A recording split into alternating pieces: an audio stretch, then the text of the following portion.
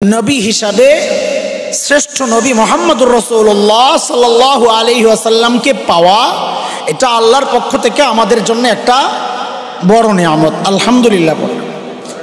এটা বুঝেন, আল্লাহ চাইলে আমাদেরকে হযরতে মুসা আলাইহিস সালামের উম্মত বানাইতে পারতেন কি পারতেন না? হযরতে ঈসা আলাইহিস সালামের উম্মত বানাতে পারতেন কি পারতেন না? না বানায় আল্লাহ শ্রেষ্ঠ নবীর উম্মত বানাইছেন। এটা কি আমরা আল্লাহর কাছ থেকে চাইয়া নিছি না এমনি দিছেন? কথা বলেন না, এমনি দিছেন। আমার নবী আল্লাহর পক্ষ থেকে আমাদের জন্য কত বড় নিয়ামত, এটা কি আমরা জানি? নবী চিনি? বলেন, আপনাদের কি মনে হয় আপনারা নবী চিনেন? সরল স্বীকারোক্তি দিয়ে দিলেন, আমি আর কি বলব। নবী যে আমরা চিনি না এর প্রমাণ হচ্ছে আমার মাথা, আমার চুল দেখলে বোঝা যায় আমি নবী চিনি না। আমার মুখ দেখলে বোঝা যায় আমি নবী চিনি না। আমার জামা দেখলে বোঝা যায় আমি নবী চিনি নাই। আমার বিবির পোশাক দেখলে বোঝা যায় আমি নবী চিনি নাই। আমাদের বিয়ে শাদীর প্রোগ্রামগুলো দেখলে বোঝা যায় আমি নবী চিনি নাই। নবী চিনলে আমার সব কিছু আমার নবীর মতো হইতো, ইহুদি নাসারার মতো হয় না। সেজন্যে আজকে নিয়ত করেছি, আজকে আমরা নবী চিনবো ইনশাআল্লাহ। রাজি আছি না ইনশাআল্লাহ? তবে বুঝছেন একটু মজা লাগবে, একটু নবীর আলোচনা তো মজাই লাগে মুসলমানের জন্য, কিন্তু এই মজাই শেষ মজা না। আমি বলি আর কি, যে বাচ্চাদেরকে ডাক্তারের কাছে নিয়ে গেলে ডাক্তার যদি মনে করে ওই বাচ্চারে ইঞ্জেকশন দেওয়া লাগবে, তো যারা শিশু ডাক্তার এরা মনোবিজ্ঞানীও হইতে হয়, বাচ্চার তবিয়ত বুঝতে হয়। তো ডাক্তাররা কি করে, বাচ্চার হাতে একটা চকলেট ধরায়, নে বাবা খা, একটা খেলনা ধরায়া দেয়, নে খেল। বাচ্চা ওগুলা নিয়ে ব্যস্ত হয়, ডাক্তার এদিকে ইঞ্জেকশন রেডি করে। যেই দেখে যে বাচ্চা মোটামুটি ইজি হয়ে গেছে, ডাক্তার আস্তে করে ইঞ্জেকশন ঢুকায়, ঠিক না? আমিও শুরুতে আপনাদেরকে ওই মজা খাওয়াবো, চকলেট নে খা। নবীর শান শুনতে মজা লাগে তো এটা চকলেট খা, কিন্তু সময় মতো সুযোগ মতো আমিও কিন্তু ইঞ্জেকশনটা দিয়ে দেবো ইনশাআল্লাহ। বুঝে আসছে নি কথা? পালায়া যায় না ইঞ্জেকশনের ভয়ে। শুনেন, এটা চিকিৎসা কাজ হবে ইনশাআল্লাহ। আপনাদের না হইলেও আমার হবে ইনশাআল্লাহ। নবীকে চেনার জন্যে আমাদের বড়রা দুইটা উদাহরণ ব্যবহার করেছেন। আমিও আপনাদের সামনে বড়দের ওই উদাহরণগুলো পেশ করছি। এই দুই উদাহরণ বুঝা যত সহজ হবে, যত সহজে বুঝবেন, অনুধাবন করবেন, উপলব্ধি করবেন, ততটাই নবীকে চেনা আপনার আমার জন্য সহজ হবে ইনশাআল্লাহ। প্রথম কথা হচ্ছে উদাহরণ। আমার নবীকে বড়রা উদাহরণ দিয়েছেন আকাশের মতো। কিসের মতো? আমার নবী আকাশের মতো, এই কথাটার অর্থ কি? তো বলে অর্থ হচ্ছে, একটা ছোট্ট শিশু যদি চিন্তা করে আমি মানব ইতিহাসের শ্রেষ্ঠ শিশু হতে চাই, বলে তোমার জন্য রাস্তা একটাই, তুমি শিশু মুহাম্মদুর রাসূলুল্লাহর দিকে তাকাও। কিশোর যদি চিন্তা করে মানব ইতিহাসের শ্রেষ্ঠ কিশোর হতে চাই, বলে তুমি কিশোর মুহাম্মদুর রাসূলুল্লাহকে অনুকরণ করো। যুবক যদি চিন্তা করে শ্রেষ্ঠ যুবক হতে চাই, বলে যুবক মুহাম্মদুর রাসূলুল্লাহকে ফলো করো। বৃদ্ধ যদি চিন্তা করে শ্রেষ্ঠ বৃদ্ধ হতে চাই, বলে বৃদ্ধ মুহাম্মদুর রাসূলুল্লাহর অনুকরণ করো। একজন বাবা যদি চিন্তা করেন শ্রেষ্ঠ বাবা হতে চাই, বলে বাবা মুহাম্মদুর রাসূলুল্লাহকে অনুসরণ করো। একজন দাদা আর নানা যদি চিন্তা করেন শ্রেষ্ঠ দাদা আর নানা হতে চাই, বলে নানা মুহাম্মদুর রাসূলুল্লাহর দিকে তাকাও। একজন শ্বশুর যদি চিন্তা করেন শ্রেষ্ঠ শ্বশুর হতে চাই, বলে শ্বশুর মুহাম্মদুর রাসূলুল্লাহকে অনুসরণ করো। একজন শিক্ষক যদি চিন্তা করেন মানব ইতিহাসের শ্রেষ্ঠ শিক্ষক হতে চাই, বলে শিক্ষক মুহাম্মদুর রাসূলুল্লাহকে ফলো করো। একজন ইমাম যদি চিন্তা করেন শ্রেষ্ঠ ইমাম হতে চাই, বলে ইমামুল আম্বিয়া মুহাম্মদুর রাসূলুল্লাহকে অনুকরণ করো।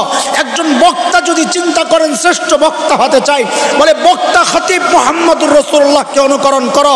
একজন সমাজ সংস্কারক যদি চিন্তা করেন শ্রেষ্ঠ সমাজ সংস্কারক হতে চাই, সমাজ সংস্কারক মুহাম্মদুর রাসূলুল্লাহকে অনুকরণ করো। একজন সেনাপতি যদি চিন্তা করেন মানব মানব ইতিহাসের শ্রেষ্ঠ সেনাপতি হতে চাই, সেনাপতি মুহাম্মদুর রাসূলুল্লাহকে অনুকরণ করো। একজন রাষ্ট্রনায়ক যদি চিন্তা করেন মানব ইতিহাসের শ্রেষ্ঠ রাষ্ট্রনায়ক হতে চাই, বলে দুনিয়ার কোনো তন্ত্রে মন্ত্রে ইজমে সিস্টেমে কাজ হবে না, রাস্তা একটাই, রাষ্ট্রনায়ক মুহাম্মদুর রাসূলুল্লাহকে অনুকরণ করো।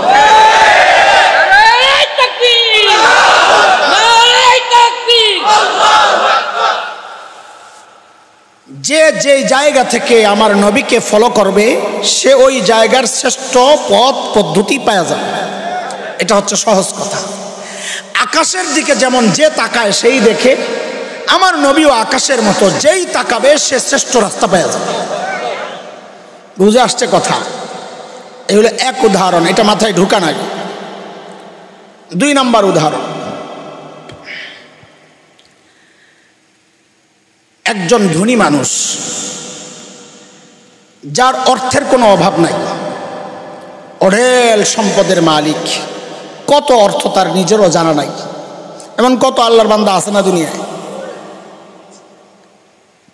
ওই যে শুনেছি আরবের এক যুবরাজ ইউরোপের কোন রিসোর্টে, সাগরে মাঝখানে রিসোর্টে গেছে বেড়াইতে, তার এত পছন্দ হয়েছে তো সে তার ম্যানেজারকে বলেছে এইটা আমি কিনতে চাই। এগত জেনে যা মনে চাই কিনে, টাকার অভাব নাই, এই রিসোর্ট আমি কিনতে চাই।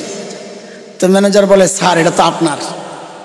হ্যাঁ, জানেও না এটা। হ্যাঁ, এমন মানুষও তো দুনিয়ায় আছে, তার সম্পদ কোথায় কি আছে সে নিজেও জানে না, আছে না?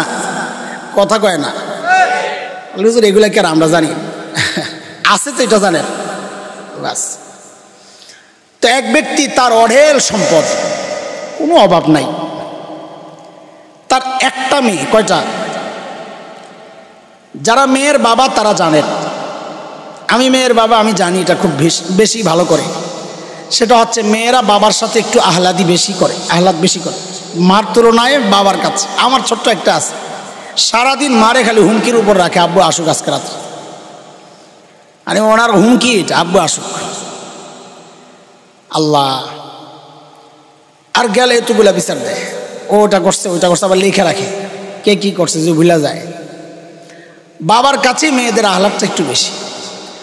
বাবা যদি ধনী হয়, মেয়ে যদি একা হয়, তো আহ্লাদ বেশি না কম? ঘটনাচক্রে মেয়েটা খুব সুন্দরী, এখন বলেন আহ্লাদ আরো বেশি না কম? কারণ আহ্লাদ করার জন্য যতগুলো উপকরণ দরকার সব আছে। এক হলো বাবা ধনী, 2 নম্বর হলো একমাত্র মেয়ে, 3 নম্বর হলো সুন্দরী। আহ্লাদের আর অভাব নাই, বাবারও পা মাটিতে পড়ে না, মাইয়াটা তো আরও চা। মেয়ে বড় হয়েছে, খুব ভালো করে বুঝেন, এটা যত বুঝবেন নবী চেনা তত সহজ হবে। তো মেয়ে বড় হয়েছে, বিয়ের উপযুক্ত হয়েছে, তো ঘটক একজন আসছে বিয়ের প্রস্তাব লইয়া। আয়া বলে ভালো একটা ছেলে আছে, আপনার মেয়ের সাথে বিয়ে আলোচনা করতে আসছি। তো ঘটককে জিজ্ঞেস করে মেয়ের বাবা, আপনি কে? আপনি আলোচনার জন্য আসছেন? তো বলে যে আমি মেয়ের খালু হই। কি হই? আরে কথা বলেন, খালু হই, খালু। বাবা তো গরম, ওই যে মেয়ে একটা সুন্দরী, আবার নিজে ধনী, গরম হওয়ার কারণে গেছে চিত্তা, হাই খালু হয়েছে প্রস্তাব নিয়ে। ছেলের বাপরে পাঠান। তো খালুকে চেতনকে কইলি তো হয়, ঠিক আছে বাপ আসবে।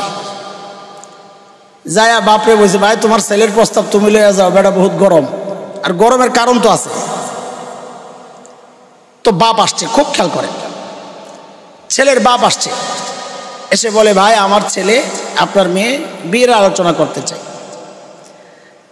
এখন আপনারা নিজের পরিবেশ চিন্তা করেন, মেয়ের বাবা ছেলের খোঁজখবর নেয় কিনা? আপনারা মেয়ে বিয়ে দেওয়ার সময় খোঁজখবর নেন না, এমনি দিয়ে দেন, খোঁজখবর নেন। আর যদি ওই বাবা হয় যার টাকা পয়সার অভাব নাই, মেয়েও সুন্দরী, আবার একমাত্র মেয়ে, সে খবর একটু বেশি দিবে না অন্যদের চেয়ে কম নিবে? বেশি নিবে। তো বেশি নিতে গিয়েই জিজ্ঞেস করে আপনি কে? আমি ছেলের বাবা। ছেলের নাম কি? অমক। হ্যাঁ নাম পছন্দ হয়েছে। আপনার নাম কি? অমক। হ্যাঁ এটাও পছন্দ হয়েছে। দাদা কে? অমক। বংশ কি? ওই। ঠিক আছে। বন্ধু বান্ধব কারা? ছেলের হাইট কেমন, চেহারা কেমন, চুল কেমন, দাঁত কেমন, সব খবর লইতেছে। একমাত্র মাইয়া যে আবার সুন্দরী, কাদের সাথে চলাফেরা করে, এলাকা কোনটা, সব খবর টবর লইয়া মেয়ের বাবার পছন্দ হয়েছে যে হ্যাঁ ছেলে একটা পাইছি, এখন বিয়ে দেওয়ার টাইম হয়েছে। এখন আপনারা বলেন, এই মেয়েকে বিদায় দেওয়ার সময় বাবা মেয়ের জন্য যে সদাই কিনবে, শাড়ি কিনলে দামিটা কিনবে না কম দামি? সবচাইতে দামিটা কিনবে। কেন? কারণ হচ্ছে তার টাকার অভাব নাই, খরচের জায়গা নাই।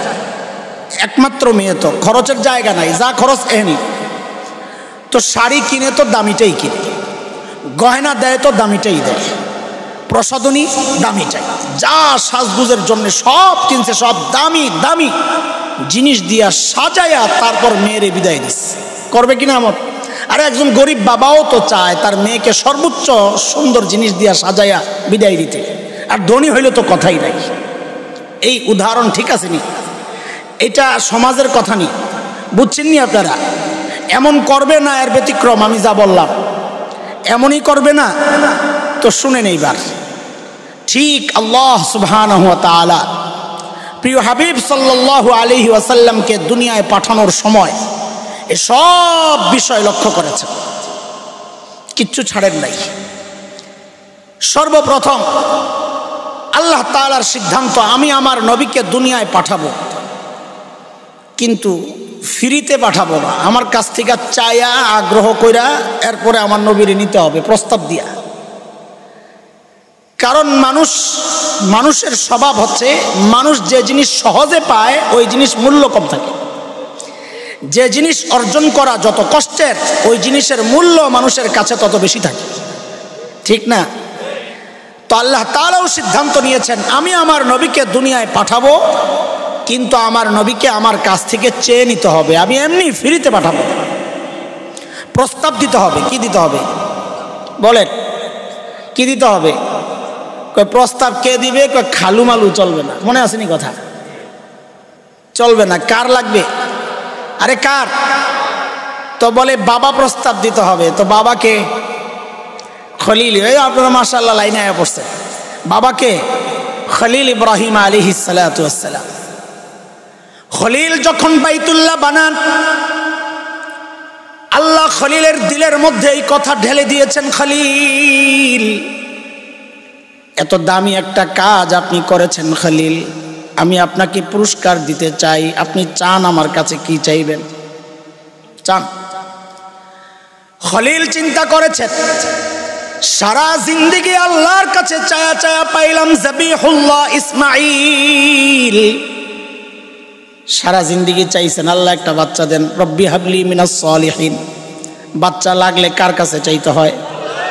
আল্লাহর কাছে তো চাইবেন, চাওয়ার আগে খাজার কাছে চাইয়া লইয়েন। হ্যাঁ, বাবার কাছে চাওয়া লাগে না? লাগে তো। তাবিজ লাগে না? একটা আংটি লাগে না? না ডাইরেক্ট চাওয়া লাগে? মাশাআল্লাহ, খলিল ডাইরেক্ট চাইছেন, সারা জিন্দেগি দোয়া করেছেন, আল্লাহ একটা নেককার সন্তান চাই। খলিলকে যখন আল্লাহ তাআলা দিলের মধ্যে ঢেলা দিয়েছেন, খলিল এত দামি একটা কাজ আপনি করেছেন, বাইতুল্লাহ বানাইছেন, আপনি আমার কাছে চান, আমি আপনাকে পুরস্কার দিব। কি চান বলেন, আমি দিব। খলিল চিন্তা করলেন, সারা জিন্দেগি চায়া চায়া পাইলাম যাবিহুল্লাহ। কে যাবিহুল্লাহ? তো বুঝেন, আল্লাহর নামে জবেহ করার জন্য নির্দিষ্ট ব্যক্তি, তাকে আমরা বলি যাবিহুল্লাহ, শরীয়তের পরিভাষা এটা, হযরত ইসমাঈল আলাইহিস সালাম। খলিল চিন্তা করলেন, সারা জিন্দেগি চাইলাম, চায়া পাইলাম জমজমওয়ালা। কাকে পাইছেন? হযরত ইসমাঈল কি জমজমওয়ালা। ইসমাঈল আলাইহিস সালামের পায়ের আঘাতে জমজমের ফোয়ারা বের হইছে, এই জন্য আমরা বলি ইসমাঈলকে কি বলি? জমজমওয়ালা। খেয়াল করেন কথাগুলো, শব্দগুলো শোনেন, মনে রাখেন তো মজা লাগবে। ওই যে চকলেট। খলিল চিন্তা করলেন, সারা জিন্দেগি চায়া চায়া পাইলাম জমজমওয়ালা ইসমাঈল, সুযোগ যেহেতু পায়া গেছি এইবার। খলিল কয়, আল্লাহ এখন আর জমজমওয়ালা চাই না, অন্য কিছু চাই না, এইবার তোমার কাছে চাই আমি কাউসারওয়ালা। কোরআনের কথা, আমার কথা না এগুলো। হাত উঠাইছেন, খলিল দোয়া শুরু করছেন, রব্বানা ওয়াবআস ফীহিম রাসূলাম মিনহুম ইয়াতলু আলাইহিম আয়াতিক ওয়া ইউআল্লিমুহুমুল কিতাব ওয়াল হিকমাতা ওয়া ইউযাক্কিহিম ইন্নাকা আনতাল আজিজুল হাকীম। দোয়া করছেন কে? বলেন বলেন, আমি বলি যা আমার সাথে সাথে বলেন তো, শুনতে মজা লাগবে, বলতে মজা লাগবে। বলেন খলিলুল্লাহ। দরখাস্ত পাঠাইছেন কে? বলেন আবার। পাশে কিন্তু আছেন জাবিহুল্লাহ ইসমাইল। পাশে কে আছে বৈশা? ইসমাইল আলাইহিস সালাম আমিন বলছেন দোয়ায়। কি বলছেন? তার মানে দরখাস্তের মধ্যে একটা সুপারিশ করে দিছেন, আল্লাহ আমিও চাই। তো এবার আমার সাথে মিলায়া মিলায়া বলেন, প্রস্তাব দিছেন কে? খলিলুল্লাহ। বলেন, প্রস্তাব দিছেন কে? ওই প্রস্তাবে সুপারিশ করছেন কে? এই প্রস্তাব দেওয়া, চাওয়া, সুপারিশ করা যেই জায়গায় হয়েছে ওই জায়গার নাম বাইতুল্লাহ। বলেন কি? আবার মিলায়া বলেন, প্রস্তাব দিছেন কে? সুপারিশ করছেন কে? জায়গার নাম কি? আল্লাহ জানায়া দিলেন খলিল। খলিলুল্লাহ চেয়েছেন, জাবিহুল্লাহ সুপারিশ করেছেন, বাইতুল্লাহ বসে বসে আমি আল্লাহ পাঠায়া দিলাম হাবিবুল্লাহ। নবী যান, আপনার আব্বা চাইছে আপনার দুনিয়ায় যান। আপনি যাওয়ার আগে আল্লাহ আটকাইছে, বুঝেন সব। যাওয়ার আগে আটকাইছেন, একটু দাঁড়ান।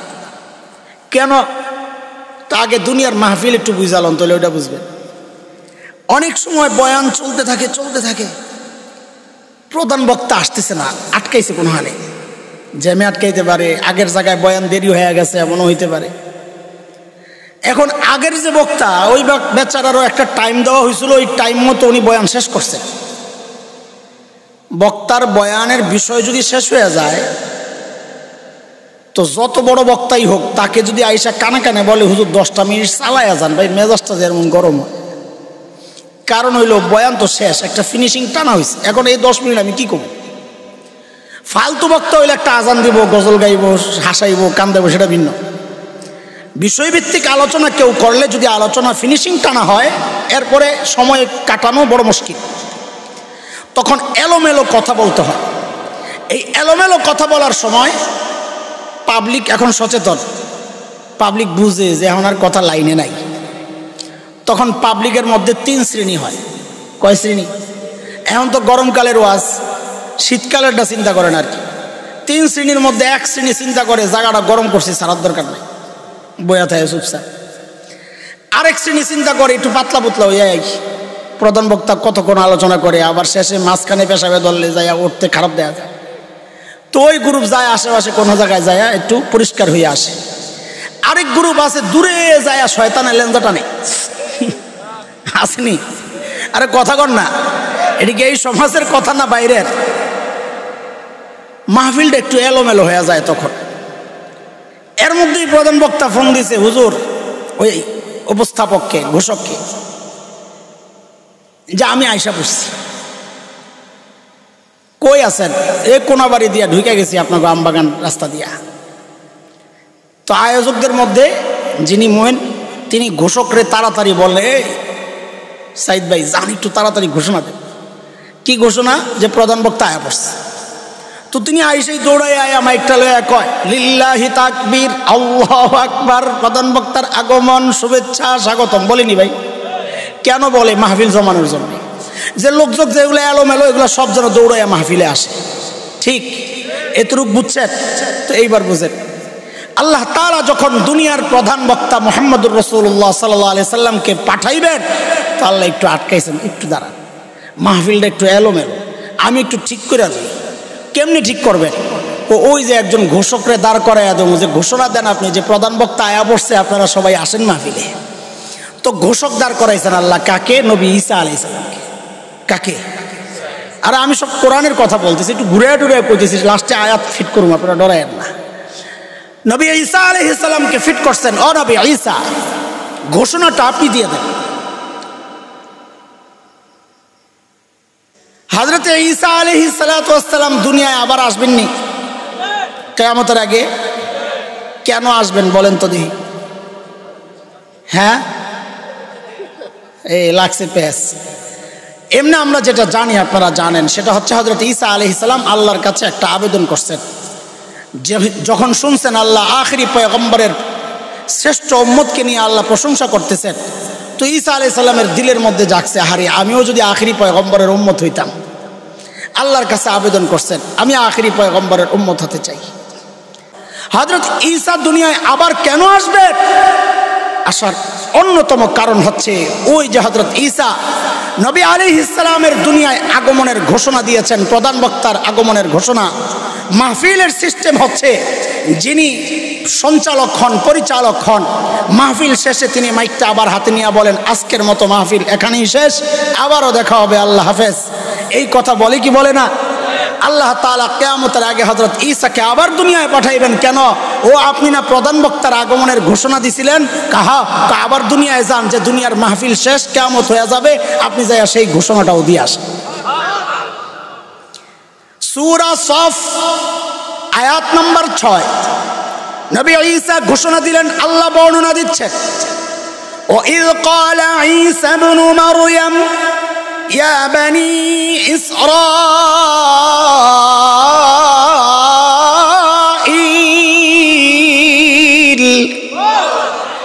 ইন্নী রাসূলুল্লাহি ইলাইকুম মুসাদ্দিকাল লিমা বাইনা ইয়াদাইয়া মিনাত তাওরাহ ومبشرا برسول يأتي من بعد اسمه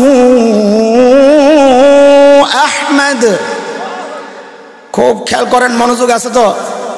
মনোযোগ না থাকলে বুঝবেন না, মজাও পাইবেন না। খুব চিকুন চিকুন কথা দিয়ে সামনে আগাম ইনশাআল্লাহ।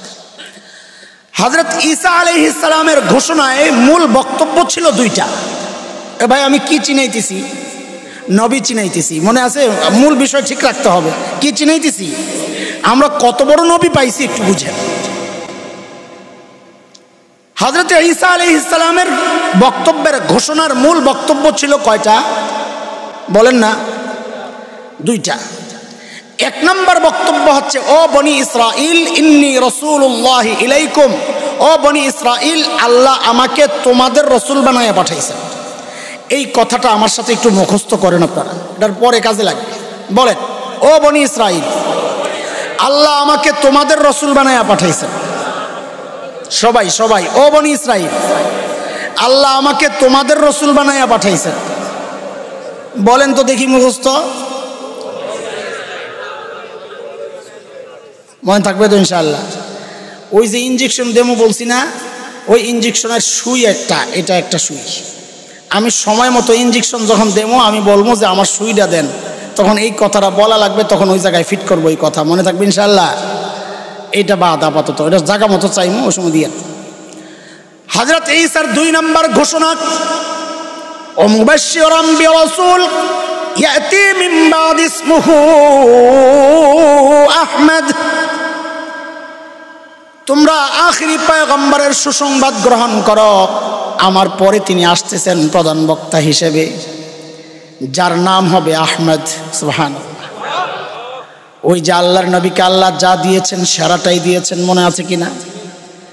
দিয়েছেন, যা সেরা দিয়েছেন, নাম দিয়েছেন তো সেরা নাম। আমার নবীর নাম দুইটা, এক হচ্ছে আহমদ আর এক হচ্ছে মুহাম্মদ।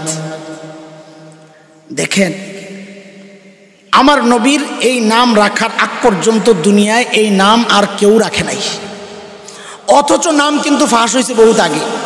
ঈসা আলাইহিস সালাম জানাইয়া দিয়েছেন না, নাম ফাঁস হয়েছে বহুত আগে, কিন্তু আল্লাহ কারো দিলের মধ্যে এটা আসতেই দেয় নাই যে এই নামটা আমার সন্তানের রাখা লাগবে। আল্লাহ রাখছেন এটারে আলাদা, না আমার নবীর নাম না রাখা পর্যন্ত এটা কেউ রাখবে না। কারণ কি? ছোটবেলার কাহিনী ভুলে গেছে। ছোটবেলায় বাবা যখন ঈদের জামা আনতো, তো এগুলা কেউ পাশের মহল্লার, আমার মহল্লার যে অন্য বন্ধুরা আছে, ওগুলো দেখাইতাম না, ঈদ নষ্ট হয়ে যাবে, ইনটেক থাক, ঈদের দিন সকালবেলা বাইর করুন। ভুলে গেছে? আল্লাহ তাআলা আমার নবীর নামটাকে ইনটেক রাখছেন, যে না, আমার নবীর নাম না রাখা পর্যন্ত এই নাম কেউ ব্যবহার করবে না। নাম দুইটা আজীব নাম, এত চমৎকার নাম, আল্লাহর কসম খায়া বলি আমার তো ইলম কালাম কম, তাও যদি এই দুই নাম নিয়ে শুধু আলোচনা করি সারা রাত যাবে, এমন দামি এক সুন্দর নাম। একটা হচ্ছে আহমদ আর একটা মুহাম্মদ। আহমদ মানে সবচেয়ে বেশি প্রশংসাকারী। ওই যে মাকামে মাহমুদ হাসরের মাঠে আল্লাহর নবী সেজদায় পড়ে আল্লাহর এত এত প্রশংসা করবেন, এমন চমৎকার দারুণ শব্দে প্রশংসা করবেন, নবী বলেন এই শব্দগুলো এর আগে আর কেউ কোনোদিন উচ্চারণ করে নাই। এই হচ্ছে আহমদের অর্থ। মুহাম্মদ মানে সবচেয়ে বেশি প্রশংসিত। একটু খেয়াল করে দেখেন, দুনিয়ায় আরেকটা এমন নাম দেখান যেই নামটা প্রতিনিয়ত প্রতিদিন প্রতি মুহূর্তে গোটা দুনিয়া থেকে উচ্চারিত হয়, আশহাদু আন্না মুহাম্মাদার রাসূলুল্লাহ। একই নাম গোটা দুনিয়া থেকে উচ্চারিত হচ্ছে, এমন আরেকটা নাম দেখা, প্রশংসা চলছে সারা দুনিয়ায়। কাফেররা যখন দেখলো, বাজারে হাটে ঘাটে যায় যখন বলে এই আমাদের একটা পাগল আছে নাম মুহাম্মদ, খারাপ লোক, কাছে যাইবা না। মুহাম্মদ মানে কি? সবচেয়ে প্রশংসিত। বলেন, মানুষরা অবাক হয়ে যায়, কি বলো তোমরা, যিনি সবচেয়ে প্রশংসিত তিনি আবার খারাপ হয় কেমনি? লাগছে নি পেস? দেখেন আল্লাহ কি নাম রেখে দিছে। কাফেররা আসিয়া সিদ্ধান্ত নিছে, রে ভাই এই নাম ওর রাখা যাবে না, নাম পাল্টা। কি নাম রাখবা? কয় নাম রাখ মুজাম্মাম। কি নাম? মুজাম্মাম মানে সবচেয়ে বেশি নিন্দিত। এখন বাজারে যায় কয় কি, কয় এই আমগো একটা মুজাম্মাম আছে, এর কাছে যাইবা না। 40 বছর মানুষ একজনের নাম জানছে একটা, হঠাৎ করে বাজারে যায় যদি বলে মুজাম্মাম, পাবলিক কয় মুজাম্মাম কেন? লাগছে নি বাজার? আল্লাহু আকবার। তুমি আল্লাহ আমার নবীর এমন চমৎকার নাম রেখে দিছেন, তুমি সারা জিন্দেগি বদনাম করবা, দিন শেষে জিজ্ঞেস করা হবে এই তুই কার বদনাম করলিলে? তো বলবে যে যিনি সবচেয়ে বেশি প্রশংসিত। তুই এটা পাগল নি? আল্লাহু আকবার, আল্লাহ। ওই যে এক নাম আমার নবীর আহমদ, কি চমৎকার নাম। ওই যে বলেছি ভিতরে ঢুকলে বের হওয়া যাবে না, সময় লাগবে অনেক, শুধু একটু বুঝাই। আল্লাহ তাআলা দুনিয়ায় যত নবী পাঠিয়েছেন এর অন্যতম উদ্দেশ্য হচ্ছে বান্দাকে ইবাদত শেখানো। কি শেখানো? আল্লাহর গোলামি শেখানো। বলেন ইবাদতের মধ্যে শ্রেষ্ঠ ইবাদত কোনটা? বলেন না। নামাজ সবচেয়ে বড় ইবাদত, দামি ইবাদত নামাজ। আহারে আপনি খেয়াল করলে দেখবেন আল্লাহ তাআলা এই নামাজটাকে আমার নবীর নাম দিয়া সাজাইছেন। সুবহানাল্লাহ। বলে এটা আবার কেমনে? বলে কেমনে? এই যে মাওলানা একটু দাঁড়ান না আপনি, দাঁড়ান দাঁড়ান, মাশাআল্লাহ। খেয়াল করেন পশ্চিম কোনটা? পশ্চিম দিকে দাঁড়ান, একটু খেয়াল করেন। আহমদ লিখতে 4টা অক্ষর লাগে, একটু পিছনে আসেন, কাছে আসেন, ওদিকে তাকান, ওদিকে। আহমদ লিখতে অক্ষর লাগে কয়টা? 1 নম্বর আলিফ, বলেন। 2 নম্বর হা, 2 নম্বর কি? 3 নম্বর মিম, 3 নম্বর কি? 4 নম্বর দাল, 4 নম্বর কি? এইবার দেখেন একজন মানুষ যখন নামাজ শুরু থেকে শেষ পর্যন্ত যায়, পুরা নামাজটার দিকে তাকাইলে দেখা যায় হয় আহমদ হইছে, আলিফ হয়ে গেছে। যখন মানুষটা দাঁড়ায় থাকে, যখন আলিফটা দাঁড়ায় আছে, আলিফের পরে হা, নামাজ দাঁড়াও থেকে কই যায়? রুকুতে যায়। দেখেন হায়ের কি সুন্দর মাথা। যেই না মানুষটা সেজদায় যায়, যান না সেজদায়, সেজদায় যান, দেখেন মিমের মাথা কি সুন্দর হইয়া দাঁড়ায় আছে। এইবার সুন্দর করে বসেন তো দেখি, দেখেন দাল বয়ে রয়েছে। আল্লাহু আকবার। আল্লাহ তাআলা আমার নবীর নামটা দিয়া এই শ্রেষ্ঠ ইবাদত নামাজকে সাজাইছেন। চিল্লায়া বলেন সুবহানাল্লাহ। এরে দোস্ত, এইভাবে যদি নবীর শান মান বলতে থাকি, রাত যাবে, দিন যাবে, শেষ হবে না। আহারে আল্লাহ তাআলা আমার নবীকে কত ইজ্জত দিছেন, কত বরকত দিছেন। আহারে হযরতে আমেনা রাদিয়াল্লাহু আনহা নিজে বর্ণনা দিয়েছেন, আমি যখন জমজম কূপে যাই পানি আনার জন্যে, তখন পানিগুলো আস্তে উপরের দিকে উঠে যায়। বরকত, পেটে বাচ্চা। আমি যেই সরে যাই পানি নিচে চলে যায়। মক্কার মেয়েরা বলে আমেনা বোন একটু দাঁড়াও না, তুমি থাকলে একটু পানি উঠাইতে সুবিধা হয়, চলে গেলে পানি নিচে চলে যায়। বরকত আর বরকত। হযরতে হালিমাতুস সাদিয়া নিজে বর্ণনা দেন রাদিয়াল্লাহু আনহা, আমি যখন তায়েফ থেকে মক্কার উদ্দেশ্যে একটা বাচ্চা ভাড়া নেওয়ার জন্য রওনা দেই, আমার স্বামী সহ আমার দুর্বল বাহন, আমরা গরিব মানুষ। ও মুসলমান আশিকে রাসূল বলে আমরা দুর্বল গরিব মানুষ, আমার বাহনটাও দুর্বল।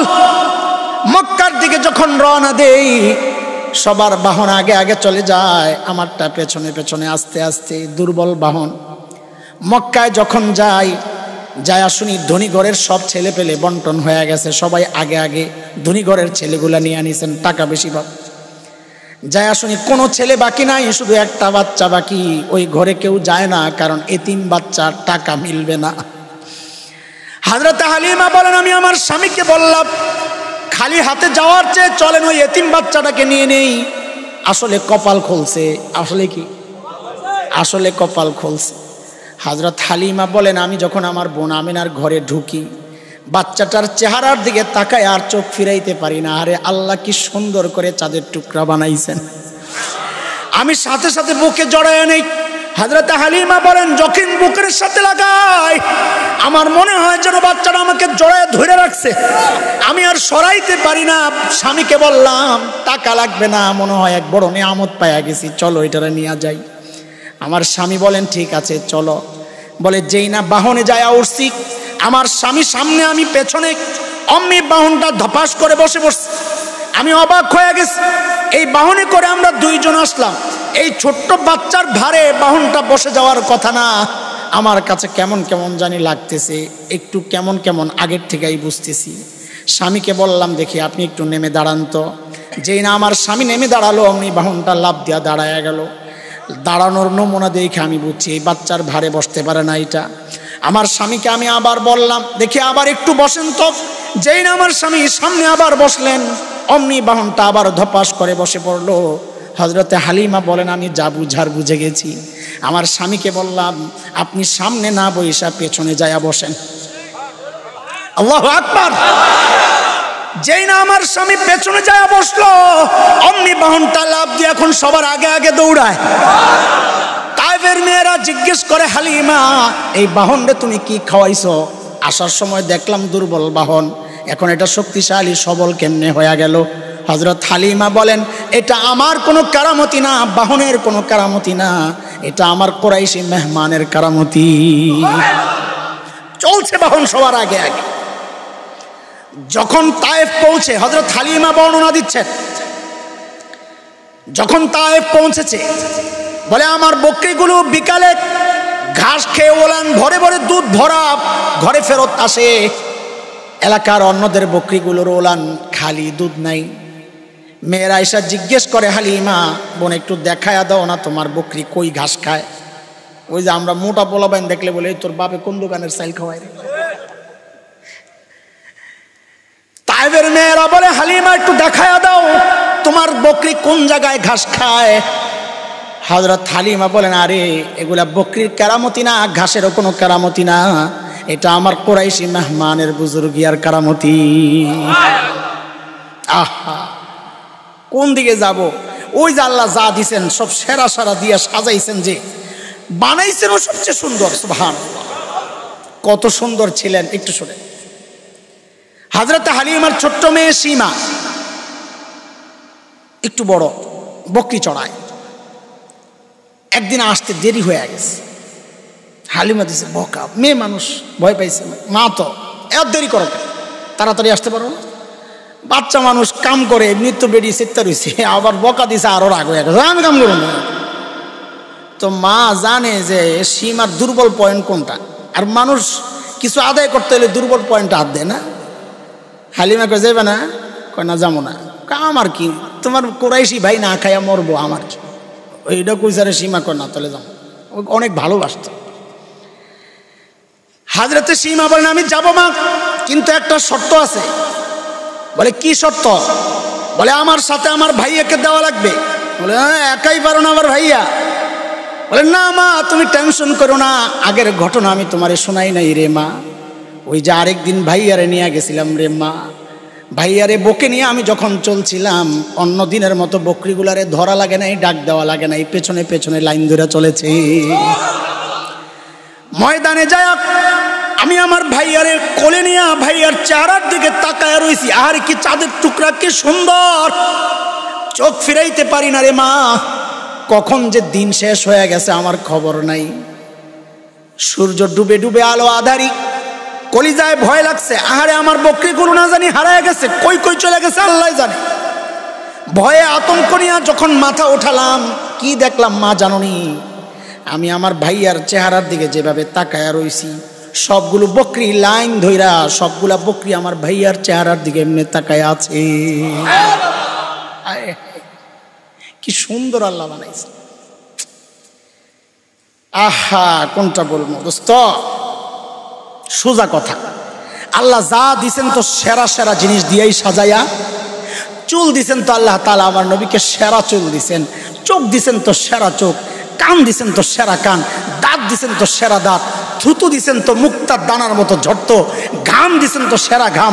আমার আর আপনার ঘামের দুর্গন্ধের ধারে কাছে কেউ বসতে পারে না। নবী আলাইহিস সালামের ঘাম সাহাবায়ে কেরাম শিশিতে সংগ্রহ করে রাখতেন, কেন? কোনো প্রোগ্রামে একটু লাগায়া দিতেন, পুরো প্রোগ্রামটা সুঘ্রাণে মৌ মৌ করত। আল্লাহ যা দিছেন আল্লাহ সেরা দিছেন। সাইজ দিছেন তো সেরা সাইজ, বলে হাঁটেন তো সবার আগে আগে হাঁটেন, বোঝা যায় না।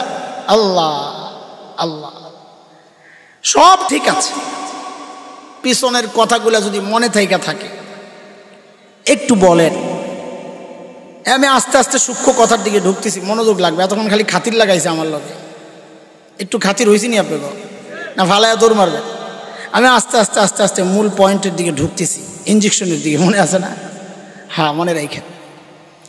সব ঠিক আছে, বলেন তো ওই যে বাবার কথা বলছিলাম, ধনী বাবা, আচ্ছা ওই বাবা মেয়েটাকে বিয়ে দেওয়ার সময় বাড়িঘর দেখবেনই না বাড়িঘর দেখবেন? কথা কর। সব ঠিক আছে, কিন্তু বাড়িঘর নাই, ভাঙ্গাচোরা, ফুটপাতে থাকে, এমন ছেলের কাছে ওই বাবা মেয়ে দিবে? ওই মেয়ে মনে আছে? দিবে? দিবে? আরে আপনি দিবেননি? আপনি তো দিবেন না, ওই বাবা তো দূরের কথা। সব ঠিক আছে হুজুর, উদাহরণ তো দিলেন, কিন্তু একটা জায়গায় পেস্ত লাগে, লাগে আপনাকেও আমারও লাগে। কি সেটা? যে আল্লাহ তাআলা আমার নবীকে সব সেরা সেরা জিনিস দিয়া সাজায়া পাঠাইছেন তো ঠিক, কিন্তু এক জায়গায় একটু খটকা। কি খটকা? আল্লাহ নবীকে পাঠানোর সময় দুনিয়ার শ্রেষ্ঠ সুন্দর জায়গায় কেন পাঠাইলেন না? সুইজারল্যান্ডে পাঠাইতেন, কাশ্মীরে পাঠাইতেন, যাকে দুনিয়ার ভূস্বর্গ বলা হয়, দুনিয়ার জান্নাত। এই সমস্ত জায়গায় না পাঠাইয়া পাঠাইলেন কই? কোরআনের ভাষায় ওয়াদিন গায়রি যি যারা, বৃক্ষলতাহীন জলশূন্য বালুকাময় জায়গা, খাওয়া নাই, পানি নাই, গাছগাছালি নাই, ফল নাই, ফসল নাই, কিচ্ছু নাই, পাথর আর পাথর, মরুভূমি, বালি, এমন এক অনুর্বর জায়গায়, এমন এক কঠিন জায়গায় আল্লাহ তাআলা আমার নবীকে কেন পাঠাইয়া? সুন্দর জায়গায় না পাঠাইয়া? প্রশ্ন জাগে। কথা কর না জাগলে কিন্তু আমার পুরো কথাই শেষ। যে দুনিয়ার এত সুন্দর সুন্দর জায়গা থাকতে এমন জায়গায় কেন পাঠাইলেন যে নাই একটু পানি, নাই খাবার, নাই ফল, নাই ফসল, না ফসল হয় না গাছগাছালি হয়, মরু অঞ্চল, পাহাড়ি এলাকা, হ্যাঁ বালি, সব এখনো তো উর্বর হয় নাই, এমন জায়গায় কেন পাঠাইলেন? দোস্ত, এটা হচ্ছে কথার মূল পয়েন্ট। আল্লাহ পাঠাইছেন কই? জাজিরাতুল আরবে। কোথায়? শব্দটা আমার সাথে বলেন। আমি যতক্ষণ বলতে বলবো বলবেন, আমি যখন বলবো আর বলা লাগবে না তখন ছাড়বেন। এই পর্যন্ত বলতে থাকেন। পাঠাইছেন কই? আরব দ্বীপ, জাজিরা, সৌদি আরব, আরব আমিরাত, কুয়েত, বাহরাইন, এই সমস্ত অঞ্চলগুলো নিয়ে যেই এলাকা, কাতার, জাজিরাতুল আরব। জাজিরাতুল আরবে আল্লাহ নবীকে কেন পাঠাইছেন? বিশ্ব মানচিত্র খুলে দেখেন, বিশেষ করে সচেতন আলেম যুবক যারা, তাদেরকে বলবো ভাই এই বিষয়গুলো তোমরা একটু বেশি শোনো, বেশি পড়ার চেষ্টা করো, বোঝার চেষ্টা করো। সমাজ তোমাদের কাছে এগুলা চায়। বিশ্ব মানচিত্র খুলে খুইলা জাজিরাতুল আরবের অবস্থানটা আপনি একটু লক্ষ্য করেন, দেখবেন তিন দিকে পানি। পারস্য উপসাগর, ওমান উপসাগর, আরব উপসাগর, পশ্চিমে লোহিত সাগর, এই তিন দিক থেকে ঘেরাও করা পানি। একদিকে ইরাক, সিরিয়া, জর্ডান, ওই অঞ্চল দিয়া ভূমির সাথে সংযুক্ত। তো খালি কয় দিক বলে? খেয়াল করেন, খালি কয় দিক, লাগা কয় দিক? ঠিক যেন মানুষের হার্ট যেই অবস্থায় বিশ্ব মানচিত্রে জাজিরাতুল আরবের অবস্থানটা ঠিক তেমন। হার্টের মধ্যে দেখেন 3 দিক শূন্য, 1 দিক জোড়া লাগানো। এজন্যে ভূবিজ্ঞানীরা, গবেষকরা জাজিরাতুল আরবের নাম দিয়েছে জিওগ্রাফিক হার্ট। এটা বিশ্ব মানচিত্রের হার্ট। আল্লাহ আমার নবীকে পাঠাইছেন ওই হার্টে। কোথায়? কোথায়? হার্টে। বুঝতে থাকেন একটু একটু করে, মনোযোগ হারায়েন না, তাহলে পিছনেরগুলো ভুলে যাবে। এবার আসেন, আল্লাহ তাআলা আমার নবীকে হার্টে কেন পাঠাইলেন? হার্টে পাঠানোর কারণ কি? হার্টে পাঠানোর কারণ বোঝার জন্য একটা হাদিস আগে বুঝেন। আল্লাহর নবী সাল্লাল্লাহু আলাইহি ওয়াসাল্লাম ইরশাদ করেছেন, আলা ইন্না ফিল জাসাদি মুদগাহ ইযা সালুহাত সালুহাল জাসাদু কুল্লুহু ওয়া ইযা ফাসাদাত ফাসাদাল জাসাদু কুল্লুহু আলা ওয়া হিয়াল কলব। এরে আমার উম্মত, মানব দেহে একটা গোশতের টুকরা আছে। ওই গোশতের টুকরা যদি ঠিক হয়ে যায়, গোটা বডি ঠিক হয়ে যাবে। ওই গোশতের টুকরাটার মধ্যে পচন ধরলে গোটা বডি নষ্ট হয়ে যাবে। খেয়াল করেন, আমার নবী দুনিয়ায় আসার আগ পর্যন্ত যত দার্শনিক ছিল, ওই সময়ে দর্শন চর্চা হইতো কোথায়? গ্রিক দর্শন, রোমান দর্শন, ব্যাবিলিয়ন, ইরাকি, প্রাচীন মিশরীয় দর্শন। এই প্রাচীন যত দার্শনিক ছিল, সমস্ত দার্শনিকদের বক্তব্য ছিল মানুষকে নিয়ন্ত্রণ করে তার ব্রেন। কে?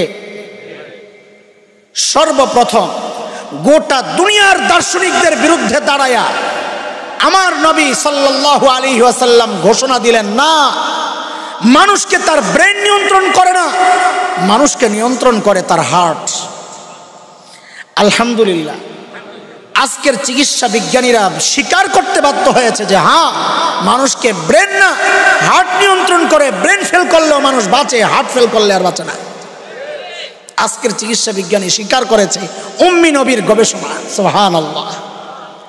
নবী ঘোষণা দিলেন, খেয়াল করেন, মানুষের শরীরের মধ্যে একটা গোশতের টুকরা আছে, হার্ট। হার্ট যদি ঠিক হয়ে যায়, গোটা বডি ঠিক। হার্ট যদি নষ্ট হয়ে যায়, গোটা বডি নষ্ট। পিসাবরা এই হাদিস দিয়া ওয়াজ করে যে এই দিল ঠিক করো, আমল ঠিক হবে। আমল ঠিক করছো, দিল ঠিক নাই, আমল বরবাদ। এই ওয়াজ কারা করে? পিসাবরা। আমি তো পিসাব না, আমি হাদিসটা আরেক জায়গায় কামে লাগাই। খেয়াল করেন, আল্লাহ তাআলা আমার নবীকে হার্টে পাঠাইছেন কেন?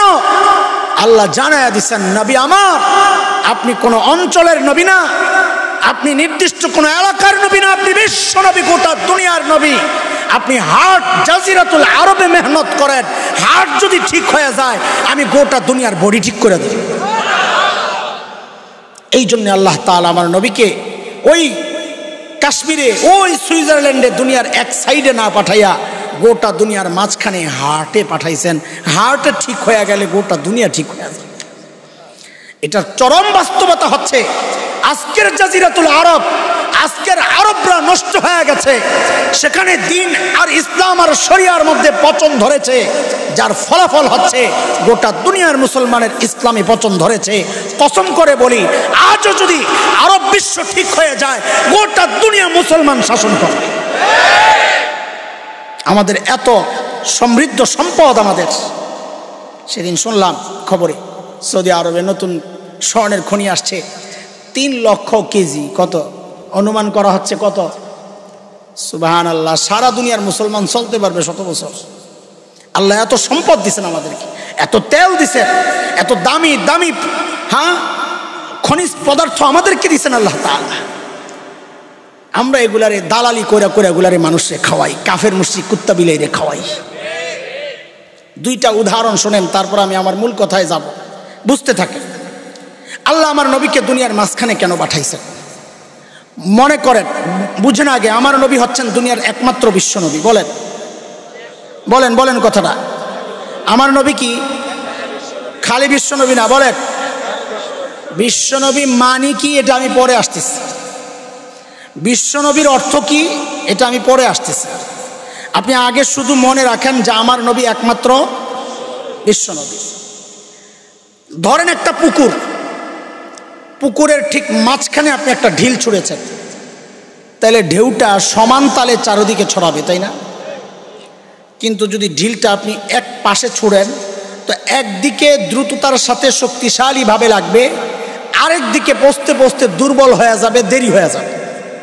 আমার নবী যেহেতু একমাত্র বিশ্ব নবী, গোটা দুনিয়ার নবী, এই জন্য আল্লাহ তাআলা আমার নবীকে গোটা দুনিয়ার মাঝখানে পাঠাইছেন যেন হেদায়েতের নূর সমান তালে চারদিকে ছড়ায়া যায়। বুঝতেছেন? আরেকটা উদাহরণ বুঝেন, তারপরে আমি সামনের দিকে আপনার একদম পুরা ক্লিয়ার হোক, তারপরে কথা আগে। আমাদের একজন বড় বুজুর্গ মুফাসসির ছিলেন হযরত মাওলানা আব্দুল গফফার রহমতুল্লাহি আলাইহি। ওলামায়ে কেরাম নিশ্চয়ই নাম জানেন, আপনারাও মুরব্বীরা জানতে পারেন। পুরান ঢাকার, এমনি তো বাড়ি সোনারগাঁয়ে। হযরত হাফিজ হুজুর রহমতুল্লাহ আলাইহির সান্নিধ্যে ছিলেন। হযরত আল্লামা শাইখুল হাদিস আল্লামা আজিজুল হক রহমতুল্লাহি আলাইহির সাথে একসাথে চলতেন।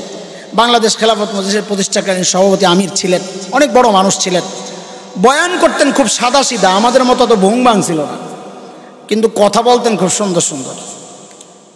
তো হযরত এক গল্প শোনাইছেন, ওইটারও আমি কাজে লাগাইতেছি আপনাদের বোঝানোর জন্য। হযরত বলেন, আমরা ইন্ডিয়াতে গেছি আলেমদের এক কাফেলা সফরে, ইন্ডিয়ায়। তো সকালবেলা নাস্তা দিছে বড় প্লেটের মধ্যে গরম টাটকা শুকনা খিচুড়ি,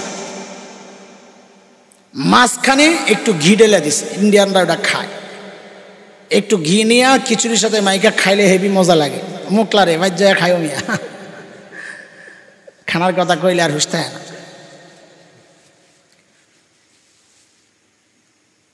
হযরত মাওলানা আব্দুল গফফার রহমতুল্লাহ আলাইহি বলতেছেন, ঘি তো মাঝখানে, খিচুড়ির যে গরমের তাপে ঘি গইলা গেছে। সিস্টেমই এটা, ঘি গইলা যায়, আঙ্গুল দিয়ে নিয়ে নিয়ে খায়।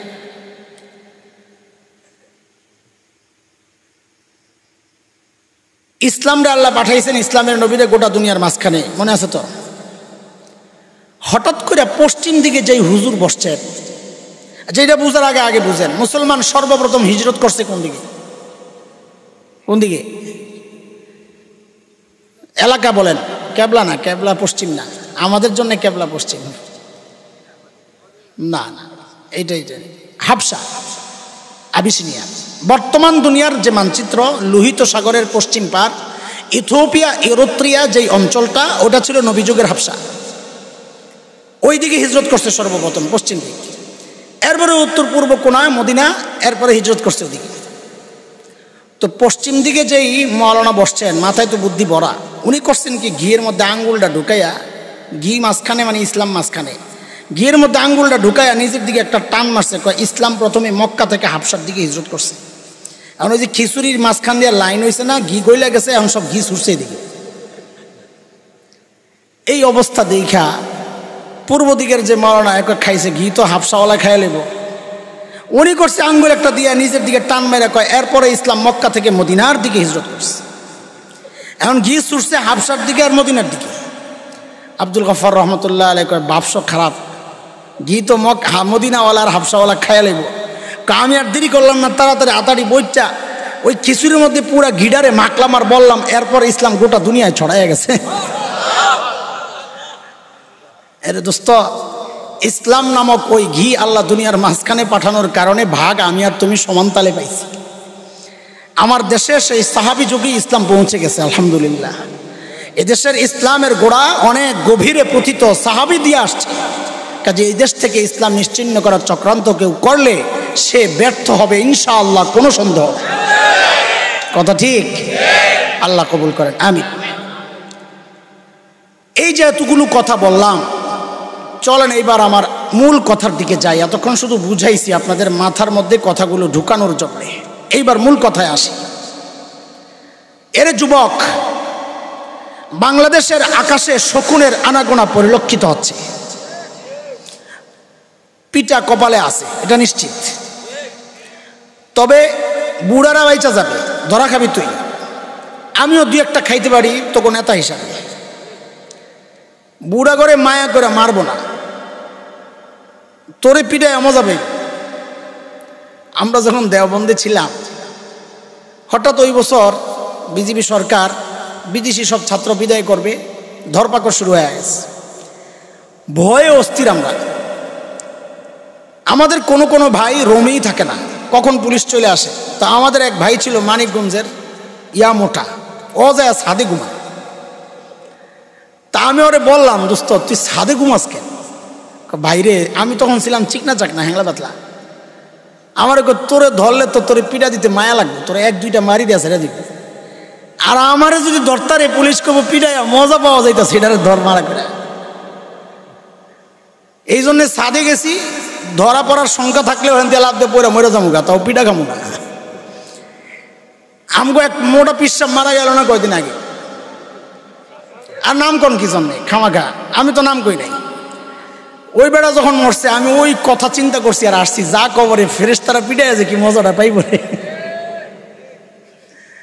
আল্লাহু আকবার। খেয়াল করে শোনেন শোনেন, একটু রসিকতা করলাম মনোযোগ আকর্ষণের জন্য, এটা একটা কৌশল আমাদের, জরুরি কথা।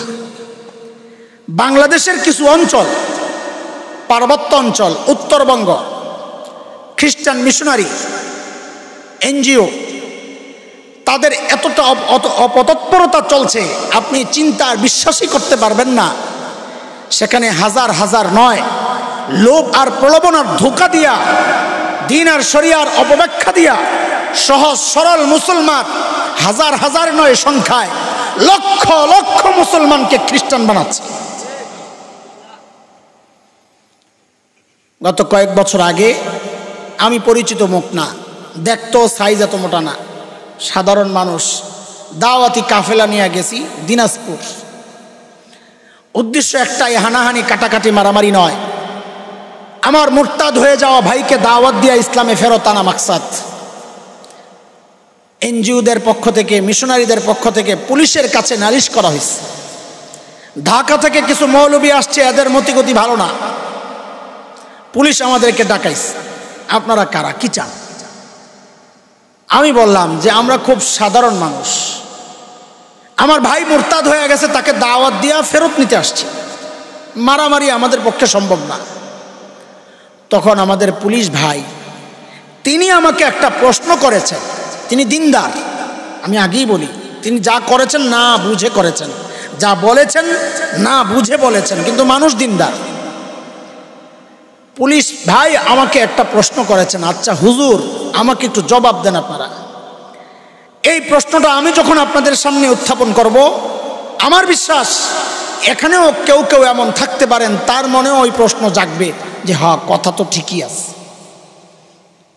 পুলিশের প্রশ্ন হচ্ছে, হুজুর আমরা মুসলমান, ইসলামের দাওয়াত গোটা দুনিয়ায় চলছে, আমেরিকা, ইউরোপ, অস্ট্রেলিয়া, আফ্রিকা, গোটা দুনিয়ায় ইসলামের দাওয়াত চলছে, লক্ষ লক্ষ অমুসলিম মুসলমান হচ্ছে, কই আমাদেরকে তো কেউ বাধা দেয় না, কিন্তু খ্রিস্টানরা বাংলাদেশে আইসা ওদের ধর্ম প্রচার করলে আমাদের কি সমস্যা?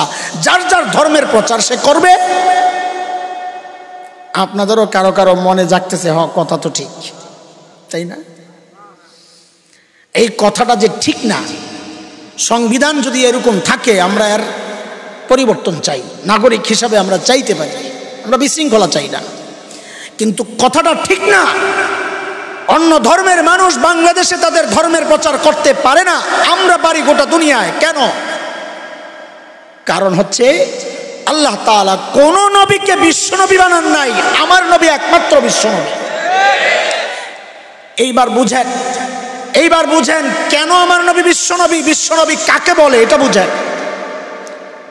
বিশ্বনবীর অর্থ তিনটা, বলেন কয়টা? বুঝেন ভাই, বুঝেন কয়টা? এক নাম্বার, বিশ্বনবী মানে হচ্ছে আল্লাহ তাআলা দুনিয়ায় যত নবী পাঠিয়েছেন সমস্ত নবীর জন্য অঞ্চল ছিল নির্ধারিত। কি ছিল? এলাকা ছিল। প্রমাণ আজকের বিকৃত বাইবেলের মধ্যে আছে, খুঁজে দেখেন। হযরত ঈসা আলাইহিস সালামের বক্তব্য, তিনি বলেছেন আল্লাহ আমাকে ফিলিস্তিনের একটা অঞ্চলের জন্য পাঠাইছেন। এটা বাইবেলে আছে, আজকের বিকৃত বাইবেল, এটা আসমানি কিতাব না, ওদের বানানো, তাতেও আছে। বিশ্বনবীর আরেক অর্থ, কয় অর্থ বলেছি? তিন অর্থ। এক অর্থ হচ্ছে আল্লাহ যত নবী দুনিয়ায় পাঠাইছেন সমস্ত নবীর অঞ্চল ছিল, এলাকা ছিল। আমার নবী একমাত্র নবী যার কোনো অঞ্চল নির্ধারিত নাই, তিনি গোটা দুনিয়ার জন্য নবী, রহমাতুল লিল আলামিন। দুই নাম্বার, আল্লাহ যত নবী দুনিয়ায় পাঠাইছেন সমস্ত নবীর টাইম ছিল নির্ধারিত। আমার নবী একমাত্র বিশ্ব নবী যার কোনো টাইম নির্ধারিত নাই, তিনি কিয়ামত পর্যন্ত নবী। এর মাঝখানে যদি কেউ নবুয়ত দাবি করে, কাদিয়ানীদের মতো গোলাম আহমদ কাদিয়ানী যে মিথ্যা নবুয়তের দাবি করেছে, ভণ্ড প্রতারণা করছে মানুষের সাথে। আল্লাহর নবী একমাত্র নবী, বিশ্ব নবী, তিনি শেষ নবী। এরপর আর কেউ নবুয়তের দাবি করলে সে ভণ্ড প্রতারক, মিথ্যাবাদী। কয়টা গেল বলেন, মুখস্থ করেন। এক নম্বর হচ্ছে সমস্ত নবীদেরকে আল্লাহ পাঠাইছেন নির্দিষ্ট এলাকার জন্য। সমস্ত নবীকে আল্লাহ পাঠাইছেন নির্দিষ্ট টাইম দিয়া। আমার নবীর এলাকাও নির্দিষ্ট নাই, টাইমও। 3 নাম্বার বুঝেন, বিশ্ব নবীর মানি বুঝাচ্ছি। যত নবী আল্লাহ তাআলা দুনিয়ায় পাঠাইছেন, সমস্ত নবীর সম্প্রদায় কওম ছিল নির্ধারিত। প্রমাণ ওই যে পিছনে প্রমাণ রেখে আসছে, আপনাদের মুখস্থ করাইছিলাম। হযরত ঈসা আলাইহিস সালাম বনি ইসরাইলরে ডাক দিয়া কি কইছে? ও বনি ইসরাইল, আল্লাহ আমাকে তোমাদের রাসূল বানায়া, ইয়া বনি ইসরাইল ইন্নী রাসূলুল্লাহি ইলাইকুম। ও বনি ইসরাইল, আল্লাহ আমাকে তোমাদের রাসূল বানায়া পাঠাইছেন। কাজী হযরত ঈসা কাদের নবী? ইহুদিদের। বলেন কাদের? বনি ইসরাইলের কাছে আল্লাহ নবুয়ত দিয়া পাঠাইছেন। হযরত ঈসা আলাইহিস সালামের সম্প্রদায় নির্ধারিত। আমার নবী বিশ্ব নবী, তার কোন সম্প্রদায় নির্ধারিত না। তিনি হিন্দু, বৌদ্ধ, খ্রিস্টান, মগ, মোরাং, গারো, চাকমা, কুকিল, সাঁওতাল, টিপরা সহ যত জাতি এই দুনিয়ায় বাস করে, সমস্ত জাতির জন্য আমার নবী বিশ্ব নবী। বুঝছেন নি কথা? বুঝেন, কথা শেষ হয়ে যায়। এইবার বুঝেন, আমাদের নবীর নবুয়তের এই দিন শরীয়ত সারা দুনিয়ায় আমরা প্রচার করতে পারি।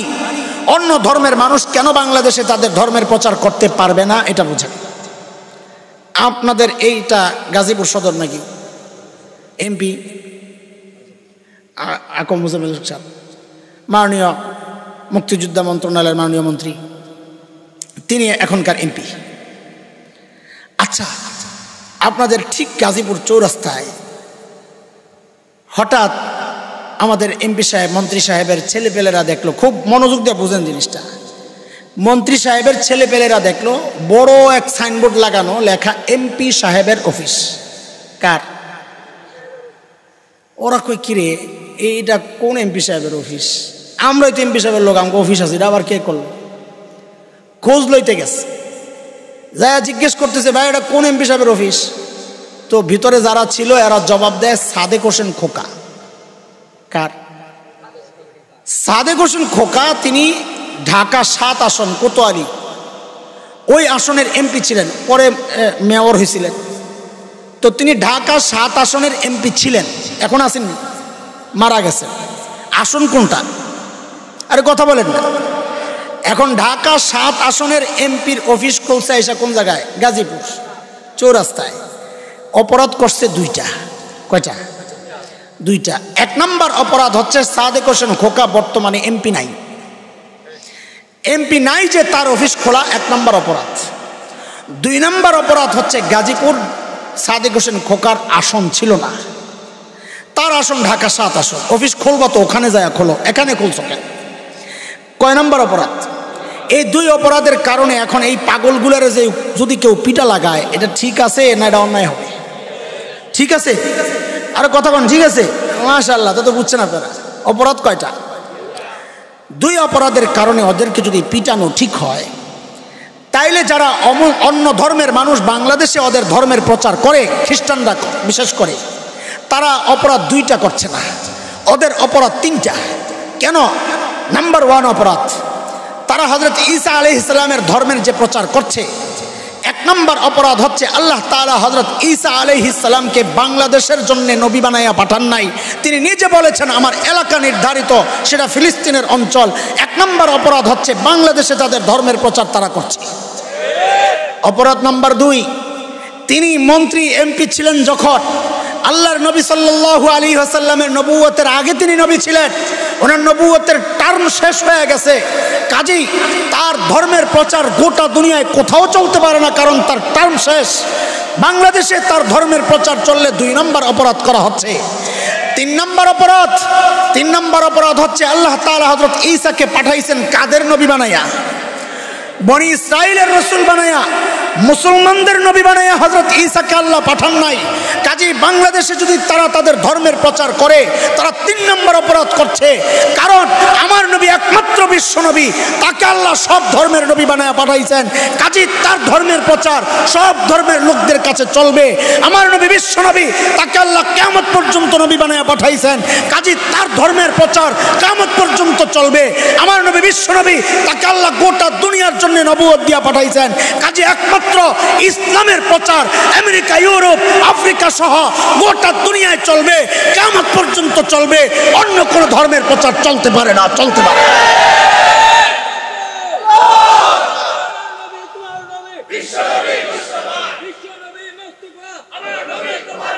সাল্লাল্লাহু আলাইহি ওয়াসাল্লাম। কথা বুঝতেছেন? আরে ভাই, নবী চিনতেছেন? আচ্ছা, কি চিনাইতেছি? বলেন বলেন, কি চিনাইতেছি? নবী চিনাইতেছি। একটু চিনতেছেন? আল্লাহু আকবার, আমার নবী কত মহান! আলহামদুলিল্লাহ। শেষ, আমি আর নবী চিনাবো না, অনেক রাত হয়ে গেছে। এইবার আমার ফিনিশিংয়ে যাওয়া দরকার। 2টা উদাহরণ দিই, খেয়াল করেন। ওষুধ কিনতে গেলে, এই সচেতন মানুষ শুনেন, আপনাদের বুঝতে কষ্ট হয় আমার কথা, রাগ করেন না, জরুরি কথা এগুলা, মস্তিষ্ক পরিষ্কার করার কথা, আকীদা, চিন্তা, বিশ্বাস পবিত্র পরিচ্ছন্ন করার কথা এগুলা। ওষুধ কিনতে গেলে 2টা জিনিস মানুষ চেক করে। এক হচ্ছে এমআরপি, ম্যাক্সিমাম রিটেল প্রাইস, সর্বোচ্চ খুচরা মূল্য কত, এটা দেখে। আর সচেতন ভোক্তা গ্রাহক যদি হয় তো এক্সপায়ার ডেটটাও দেখে, ঠিক কিনা, যে এটা ডেট কবে শেষ হবে। বাচ্চার ওষুধ কিনতে গেছেন, বাচ্চার কার ওষুধ কিনতে যায়, বলছেন দে ওই ফাইলটা দে, তো দোকানদার একটা সিরাপ দিছে। আপনি দেখেন যে এটার আর 1 মাস আছে। কে কে এটা কিনবেন নিজের সন্তানের জন্যে? 1 মাস আছে কিন্তু, আর কথা কয় না, কিনবেন না, রেখে দিলেন, ভাই পাল্টায় নতুনটা দে। যদি দেখেন যে 1 মাস পার হয়ে গেছে, কে কি কিনবেন? কেউ না, বুঝা বললেন, মাশাআল্লাহ। আর যদি দেখেন 2021-এ ডেট এক্সপায়ার হয়েছে, আমার মতন গাউরা পাবলিক যদি হয় তাহলে ওর কপালে মারবে, ঠিক? এটা বুঝেন না? মাশাআল্লাহ, তাতে আপনারা সব কিছুই বুঝবেন। তার মানে এক্সপায়ার ডেট, এক্সপায়ার হয়ে যাওয়া ওষুধ কেউ কিনতে কয় বছর? কথা বলে না, কয় বছর? 1 মাসও রাজি না, 1 মাসও। কিন্তু কত বছরের পচা ওষুধ খাইতেছেন এটা খবর আছে না, চাইতেছি না। 2 নম্বর উদাহরণ, বিয়ে করতে গেছে জামাই, ওই যে রাস্তায় জ্যামে পড়ছে। আগে একবার কইছি, খাওয়ানোর ওয়াজ আর জ্যামের ওয়াজ আমার বেশি। জ্যাম লাগছে, জামাই আসতে আসতে আসরের আজান দিয়া লাইছে, রক্ত হয়ে গেছে। এখন আপনাদের এমন সিস্টেম আসেনি, শ্বশুর বলতেছে, শ্বশুর মানে এমন হয় না আর কি, হইব, এটারে আমরা কই মাজাজে মায়া উল, যা হয় নাই হবে, এটাকে আগের থেকে বলা। যেমন আমরা বাংলায় বলি ঠাস করে পড়ছে। কি করে পড়ছে? ঠাস করে কেউ পড়ে না, পড়ার পরে ঠাস করে। কিন্তু পড়ার পরে ঠাস করাটা যেহেতু নিশ্চিত, এই জন্য ঠাস করে আগে বইলা ফেলে মানুষ। এটা কথার সৌন্দর্য, ঠাস করে পড়ছে। আমরা আরবিতে বলি মাজাজে মায়া। তোর মায় কি করে রে? কয় ভাত রান্ধে। ভাত নি রান্ধে, ক্ষীর রান্ধে। চাল রান্ধার পরে না ভাত হয়, কিন্তু হওয়াটা নিশ্চিত, এই জন্য বলে ভাত রান্ধে। তো জামাই ওই হিসাবে বলা, শ্বশুর ওই হিসাবে বলা, এখনো হয় নাই। শ্বশুর চিন্তা করছে আমারই তো জামাই, আগদ পরে হোক, ঝামেলা যা আছে পরে হোক, ও আগে খায়ালম, খানা ঠান্ডা হয়ে যেতেছে। করেন এরকম? তো বিয়ার আগে খানার বসায়া দিস। জামাইয়ের সামনে মাশাআল্লাহ বিশাল ডিশ দেয়নিও গাজীপুরে, আগে তো জানলাম না। বিশাল ডিশ, ডিশের মধ্যে আস্তা খাসি, আস্তা মুরগি, মুরগির ভিতরে ডিম, ডিমের ভিতরে মুরগি, কত রকমের রেসিপি বাড়িয়েছে। আমি এই রেসিপি শুনে তো অবাক হয়ে গেছি, কি মুরগির ভিতরে ডিম, ডিমের ভিতরে মুরগি, এটা আবার কি? পরে আমার বউ বুঝাইতেছে, বুঝেন না কি? কয় মুরগির পেট খালি করে ডিম একটা ঢুকাইছে। আমি এটা তো বুঝলাম ডিম ঢুকাইছে, আবার ডিমের ভিতরে মুরগি, ডিম কাটটা কুসুম খুললা ভিতরে একটু গোস্ত দিয়ে দিছে। এটা নাম দিছি কি নতুন রেসিপি, মুরগির ভিতরে ডিম, ডিমের ভিতরে আল্লাহ। সব রকমের কাবাব দিয়া ওই ডিশ সুন্দর করে সাজায়া তার সামনে রাখছে। জুয়ান বলা ভাই নাচুস নি তোরা, খেয়াল করে শোন, একটাই যাবি এখন বাইরা মুরব্বীরা, মুরব্বীরা খেয়াল করেন, যেটা উঠবে এটা ধরবেন। এতক্ষণ বসেছ এখন কেন যাবি, ওই কোনায় আছে কতনি গেলে খবর আছে তোর, উঠবি না ইনশাআল্লাহ। শোন, জামাইয়ের আলোচনা করতেছি, শোন কেমনে কি করতে হবে। হরবাই যাইয়া বড় ডিশ দিছে, জামাই বাবু ডিশের দিকে কতক্ষণ তাকায়া থাইকা খাইতে বসছে আর কি, তাকায়া থাইকা হের নজর গেছে আরেক জায়গায়। কই গেছে, ওই যে ডেকোরেটরওয়ালাদের পক্ষ থেকে সাইডে একটা টুকরি রাখা হয়েছে ময়লা ফেলানোর জন্য, রাখে না? ওই জায়গায় ছোট্ট বাচ্চারা যে পোলাও টোলাও খাইছে, নাকের শ্রেষ্ঠা মেশা লাগে রয়েছে, আঠালো, শুনতে খারাপ লাগে কিন্তু তাও আমি বলতেছি আপনারা শোনেন, এগুলা নিয়ে ফেলাইছে। লেবু চিপ্পা চুপ্পা খায়া যে সিলকাটা রয়েছে ওটা নিয়ে ফেলাইছে। মুরগির রান টাইনা টুইনা গোস্ত মোস্ত খায়া যে হাড্ডিটা রয়েছে ওটা নিয়ে ফেলাইছে। জামাই বাবুর সামনে এত সুন্দর খাবার, এগুলার দিকে তাকায় না, তাকায় রয়েছে ওই ডিশের দিকে, ওই খাড়ির দিকে। বলে জামাই আবার তাকায়নি, হয় এখন যুগ পাল্টাইছে। আগে তো জামাই আর রুমাল এটা একসঙ্গী ছিল, জামাই মানে রুমাল একটা থাকবে, ওই রুমাল দিয়া চাপ দিয়ে এমনি বয়ে থাকতো। আর এখন খালি এমনি মাথা ঘুরে বেহাইয়া, স্মরণ তো আগেই ভেঙ্গে লেছে, তো খালি ওদিক ওদিক তাকায়, ওই টুকরির দিকে তাকায় রয়েছে। কতক্ষণ পরে লাভ দিয়া উঠছে, লাভ দিয়া উইটা ওখানে গেছে, যাইয়া খুব আসন দিয়া খুব ভাব লইয়া বইছে ওই টুকরির সামনে, এই প্লেট বাদ দিয়া ওইখান থেকে হাড্ডি একটা উঠাইছে। ওটাইয়া গোস্ত তো নাই, ওই যে ময়লা পোলাও এটা একটু খায়, গোস্ত ওই হাড্ডিটার একটা চাবানি দেয় কুত্তার মতো, আর লেবুর তো রস নাই, সিলকাটার একটা কামড় দেয়, এটি যে বয়া বয়া খাইতেছে। কতক্ষণ পর শ্বশুর ঘর থেকে বাইরে হইয়া জামাই খুঁজা পায় না, জামাই কই, দেখে যে ওই কুত্তার জায়গাত জামাই কই, কথা কয় না, জামাই কই, ওইনে কার বর কথা, কার বসার কথা, কুত্তার বসার কথা, ওখানে জামাই বসে ওইলা খাইতেছে। হায় খোদা, ঘটকরে ডাক দিয়েছে, ভাই ভাইসা দিকে আইয়া, ঘটকরে ডাক দিয়া ভিতরে নিয়ে ইচ্ছা মতো লাগাইছে পিডা। ফাইজলামি করস, তুই পাগল হয়েছস? আপনারা বলেন তো এই জামাই সুস্থ না পাগল? সবাই বলেন, ওই কোনা থেকে পোলাবেন কথা ক, এই জামাই সুস্থ না পাগল? সবাই বলেন, এই জামাই সুস্থ না পাগল? আল্লাহু আকবার। বুঝা গেল এই মজলিসও পাগলের অভাব নাই, এই মজলিসও কথা কয় না, এই মজলিসও কেন এতক্ষণ বুঝাইছি শ্রেষ্ঠ নবী কত বড় নিয়ামত আল্লাহ তোমার সামনে রাখছেন। শ্রেষ্ঠ নবীর আখলাক তোমার সামনে, শ্রেষ্ঠ নবীর পোশাক তোমার সামনে, শ্রেষ্ঠ নবীর কালচার সুন্নাহ তোমার সামনে। তোমার জামাই এগুলা ভাল লাগে না, তুমি গেছো ইহুদিদের নিকৃষ্ট ওই ময়লা আবর্জনা, 1 মাস আগে ডেট এক্সপায়ার হয়ে যাওয়া ওষুধ কিনতে চাও না তোমার সন্তানের জন্যে। সেখানে 1400-1500 বছর খ্রিস্ট ধর্ম, 1500 বছর আগে ডেট এক্সপায়ার হয়ে গেছে। ওই ধর্মের কৃষ্টি কালচার তোমার পছন্দ, মুহাম্মদুর রাসূলুল্লাহর আখলাক আর চরিত্র তোমার সামনে, তার জীবন বিধান তোমার সামনে, বৈবাহিক সম্পর্ক বৈবাহিক প্রোগ্রামের সমস্ত কালচার তোমার সামনে। এগুলা ভাল লাগে না, তোমার ভাল লাগে কোনটা? ওই হিন্দি সিনেমার নষ্ট নর্তকী বেশ্যাদের পোশাক তোমার ভাল লাগে, তাদের কৃষ্টি কালচার তোমার ভাল লাগে।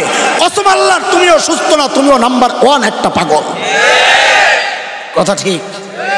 রাগ করতেছেন, কষ্ট পাইতেছেন? বলেন আমি কি সত্য বলতেছি না মিথ্যা বলতেছি? ইঞ্জেকশন যাইতেছে, বলছিলাম যে ইঞ্জেকশনের কথা যাইতেছে। আল্লাহু আকবার। আল্লাহ সহি বুঝ দেন। এখন পাগল থাকবেন না সুস্থ হবেন? বলেন হ্যাঁ, বলাবেন কথা কর, হাত তোল, হাত তোল। সুস্থ থাকতে চাই না পাগল থাকতে চাই? আল্লাহু আকবার। হাত নাম, হাত নাম। যদি সুস্থ থাকতে চাই, জামাইয়ের মন খারাপ থাকতেই পারে, জামাই খাবে না হইতে পারে, চুপচাপ বয়ে দিস। এখন মানুষ যেন জামাইরে এমন মনে না করে যে জামাই রাগ করছে। অনেক সময় জামাই রাগ করে খায় না, তো কয় রে কী করবো, মানুষ কী মনে করবো, একটু খায়া বুঝুস না তো রাগ করি নাই। তো জামাই একটা টুকরা ওড়াই আস্তে আস্তে খায়, সাবাই ওই শালাশুলা বলে করে দেয়, নিজে এক টুকরা খায়। কেন? বুঝায় যে আমি পাগল না, আমি ঠিক আছে। অন্তত একটা টুকরা গোস্ত খায়াও তো আপনাদেরকে প্রমাণ দেওয়া দরকার যে আমরাও পাগল না, আসলে মনটা ভালো না। এক টুকরা গোস্ত খাইতে রাজি নেই, এই সামনের ডিশ থেকে, ওই পচা খাওয়ান না, সামনের ডিশ থেকে মাত্র 1 টুকরা গোশত। কয় টুকরা? মাত্র। আজকের বয়ানে শুধু কয় টুকরা চাইতেছে? ধীরে ধীরে জামাইয়ের মন ভালো হয়ে গেলে সব টুকরাই খাবে, শ্বশুরের সবই খাবে ইনশাআল্লাহ। কিন্তু এখন কয় টুকরা? 1 টুকরা। মুরব্বীরা বলেন আমি কয় টুকরা চাইছি? এই জামাইয়ের যদি 1টা টুকরা গোশত আপনারা না খাওয়াইতে পারেন তো বলেন এই জামাই ঠিক আছে নি? এটা সুস্থ না পাগল? আলহামদুলিল্লাহ। এই 1টা টুকরা গোশত চাইতেছি মানে হচ্ছে আল্লাহর নবীর লাখো সুন্নাহ থেকে তোমার কাছ থেকে আমি 1টা সুন্নাহ চাইতেছি। দোস্ত, তুমি 1টা সুন্নাহর ওয়াদা আমার সাথে কইরা আল্লাহকে বলো, সমাজকে বলো যে আমি পাগল না, আমি বুঝি নাই, আমি পাগল না, আমি সুস্থ, আমি আমার হাবিবকে মহাব্বত করি, আমি না যা করছি না বুঝা করছি, আজকে থেকে ওয়াদা করলাম আমার এটা করব না। সেই 1 টুকরা গোশত আমি চাই, সেটা হচ্ছে আল্লাহর হাবিবের একটা গুরুত্বপূর্ণ সুন্নাহ। এটা আমরা শব্দে বলি সুন্নাহ, আসলে এটা হচ্ছে ওয়াজিব, সবসময় রাখার জিনিস, না রাখলে কবিরা গুনাহ হয়। সেই দাড়ি, ও আল্লাহর বান্দারা, আল্লাহর নবীর শ্রেষ্ঠ উম্মত, আজকে এই মজলিসে ওয়াদা করো কে কে দাড়ি রাখবা আজকে থেকে আর দাড়ি কাটবা না ইনশাআল্লাহ। আরে ভাই ওয়াদা তো করো, তুমি রাখতেছো না রাখতেছো, হাত তুলে আল্লাহকে বলো আল্লাহ আমি ওয়াদা করতেছি ইনশাআল্লাহ, মরার আগে তো রাখবা ইনশাআল্লাহ। হাত নামাও, এত ডরাও কেন? নামান নামান। এই যে দাড়ি কাটো তোমরা মুরব্বীরা, আপনারা যারাই কাটেন, কেন কাটেন? আমি খুব সংক্ষেপ করতেছি, শেষ করতেছি। দাড়ি কেন কাটেন আমি জিজ্ঞেস করি? স্মার্ট সাজার জন্য, তাই না? আর কিছু না? কি কি? আরে বলেন না, কি সাজার জন্যে? লা হাওলা ওয়ালা কুওয়াতা ইল্লা বিল্লাহ। আহারে পাগল, আহারে পাগল, দাড়ি কাটলে স্মার্ট হয় এই কথা তোমাকে বলছে কে? কথা কয় না। আরে শয়তান। কে বলছে? দাড়ি কাটলে যদি স্মার্ট হইতো তাইলে নবী আলাইহিস সালামই দাড়ি কাটতেন। অথচ মানব ইতিহাসের সবচাইতে স্মার্ট সুন্দর সুপুরুষের নাম হচ্ছে মুহাম্মদুর রাসূলুল্লাহ সাল্লাল্লাহু আলাইহি ওয়াসাল্লাম। নবী এত সুন্দর ছিলেন, আল্লাহু আকবার, কত সুন্দর ছিলেন। শুনবেন একটু? একটু শুনবেন? আমার নবী কত সুন্দর ছিলেন, একটু শুনবেন? আল্লাহ। হযরত কবি হাসান ইবনে সাবিত রাদিয়াল্লাহু আনহু আল্লাহর নবীর সাহাবী কবি ছিলেন, আরবের বিখ্যাত কবি। নবীর চেহারার দিকে তাকায়া তাকায়া সুন্দর কবিতা লেখছেন। কি লেখেন হযরত হাসান? কবিদের অবস্থা হইল ভাব, যা দেখতেছে এটাকে ফুটায়া তোলার চেষ্টা করে। তো কবি হাসান লিখতেছে, ওয়া আহসানু মিনকা লাম তারা কাত্তু আইনি ওয়া আজমালু মিনকা লাম তালিদিন নিসা খুলিকতা মুবাররাআন মিন কুল্লি আইবিন কাআন্নাকা ক্বাদ খুলিকতা কামা তাশা। আল্লাহু আকবার। ওগো নবী, আপনার চেয়ে সুন্দর এই চোখ কোনোদিন কাউকে দেখে নাই, আপনার চেয়ে সুন্দর কোনো মা কোনোদিন কাউকে জন্ম দেন নাই। নবী গো, আপনার দিকে তাকালে মনে হয় আল্লাহ আপনাকে সমস্ত ত্রুটি মুক্ত করে আপনার চাওয়া অনুযায়ী আসমান থেকে পাঠায়া দিছেন। আমার নবী কত সুন্দর ছিলেন জানেন? আম্মা জান আয়েশা রাদিয়াল্লাহু তাআলা আনহা বলেন, আহারে মিশরের মেয়েরা নবী ইউসুফের সৌন্দর্যে পাগল হইয়া হাতের আঙ্গুলগুলো কেটেছিল। সূরা ইউসুফে আল্লাহ বর্ণনা দিচ্ছেন, হযরত ইউসুফ যখন সামনে আসছে মেয়েরা হাত কাটে, ওয়াকাত্তানা আইদিয়াহুন ওয়াকুলনা হাশা লিল্লাহ মা হাযা বাশারা ইন হাযা ইল্লা মালাকুন কারীম। মিশরের মেয়েরা হাত কাটে আর বলে, হযরত ইউসুফের সৌন্দর্যে পাগল হইয়া হাত কাটে আর বলে এটা মানুষ না, মানুষ না, মানুষ আবার এত সুন্দর হয় নাকি, এটা সম্মানিত ফেরেশতা। আম্মা জান আয়েশা বলেন, মিশরের মেয়েরা নবী ইউসুফের সৌন্দর্যে পাগল হইয়া ছুরি দিয়া নিজেদের হাতগুলো কেটেছিল। আহারে মিশরের মেয়েরা যদি আমার হাবিবকে দেখতো তো তাদের ছুরি দিয়া হাতগুলো না কাইটা তারা ওই ছুরি দিয়া নিজেদের কলিজাগুলা টুকরা টুকরা করে ফেলতো। আমার নবী এত সুন্দর ছিল, আল্লাহু আকবার। ও দোস্ত, কথা ক, কথা ক। আমার নবী যে এত সুন্দর ছিলেন কারণ জানেন আপনারা? জানেন না? আরে কারণ হইল নবী প্রতিদিন 3 বার, সকালে একবার ঘুমের থেকে ওইটা, দুপুরে খাওয়ার পরে একবার, রাত্রে ঘুমের আগে একবার, প্রতিদিন 3 বার জিলেট ওই যে রেজার আছে না দামি, ওটা দিয়ে শেভ করতে। কথা কয় না? কথা কয় না? নবী আলাইহিস সালাম এত সুন্দর ছিলেন, দাড়ি কাইটা না রাইখা? আরে বলেন না, বলেন না, বলেন না কথা। দাড়ি কাইটা না রাইখা? আমার নবী সুন্দর ছিলেন দাড়ি রাইখা, কাইটা না।